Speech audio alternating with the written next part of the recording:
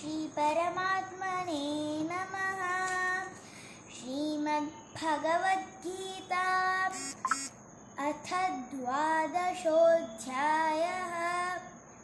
भक्तियोगः।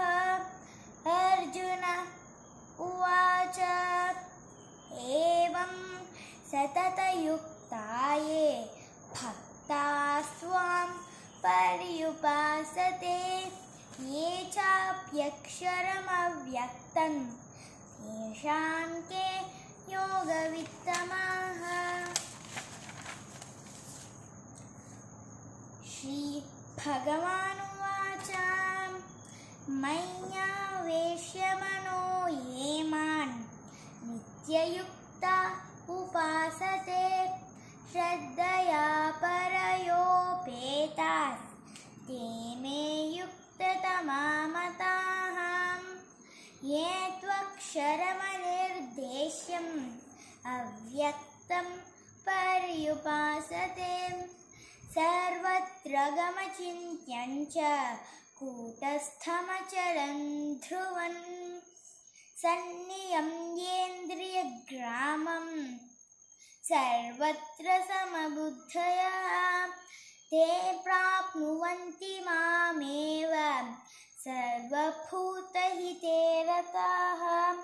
क्लेशोऽधिकतरस्तेषाम् अव्यक्तासक्तचेतसाम् अव्यक्ता हि गतिर्दुःखं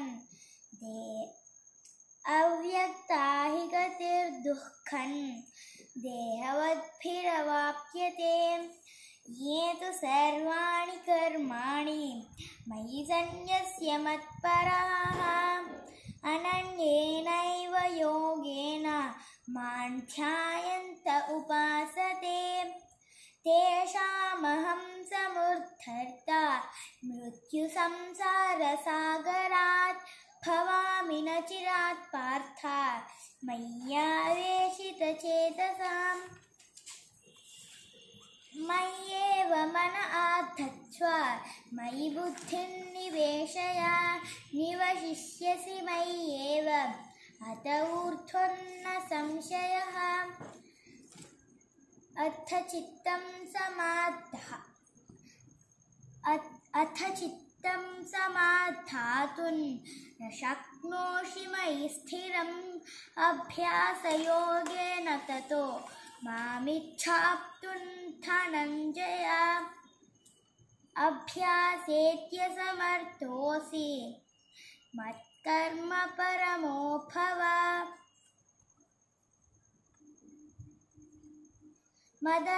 मदर्थमपि कर्माणि कुर्वन् सिद्धिमवाप्स्यसि अथैतदप्यशक्तोऽसि कर्तुं मद्योगमाश्रितः।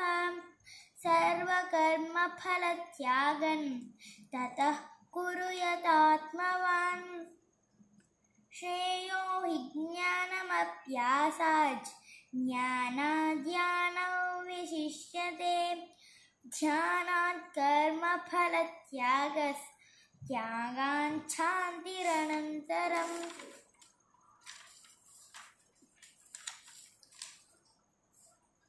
अद्वेष्टा सर्वभूतानां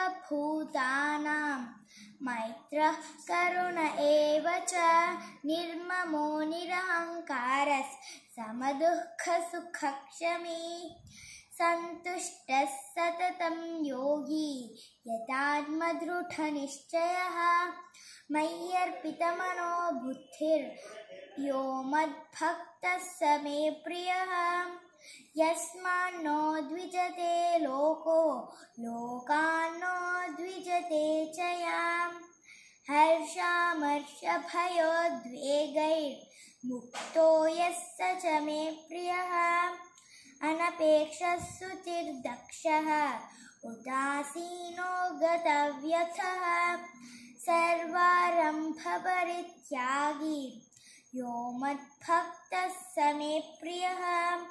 यो न हृष्यति न द्वेष्टि न शोचति न काङ्क्षति शुभाशुभपरित्यागी भक्तिमान् यः स मे प्रियः।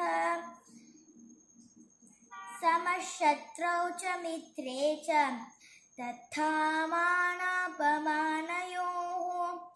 शीतोष्णसुखदुःखेषु समसङ्गविवर्जितः तुल्यनिन्दास्तुतिर्मौनी सन्तुष्टो येन केनचित् अनिकेतस्थिरमतिर् भक्तिमान् मे प्रियो नरः ये तु धर्म्यामृतमिदै यथोक्तं पर्युपासते श्रद्धाना मत्परमा भक्तास्तेतीव मे प्रियः। पुष्पिका। ॐ तत्सदिति श्रीमद्भगवद्गीतासु उपनिषत्सु ब्रह्मविद्यायां योगशास्त्रे श्रीकृष्णार्जुनसंवादे भक्तियोगो नाम द्वादशोऽध्यायः। धन्यवादः। ॐ श्रीकृष्णार्पणमस्तु।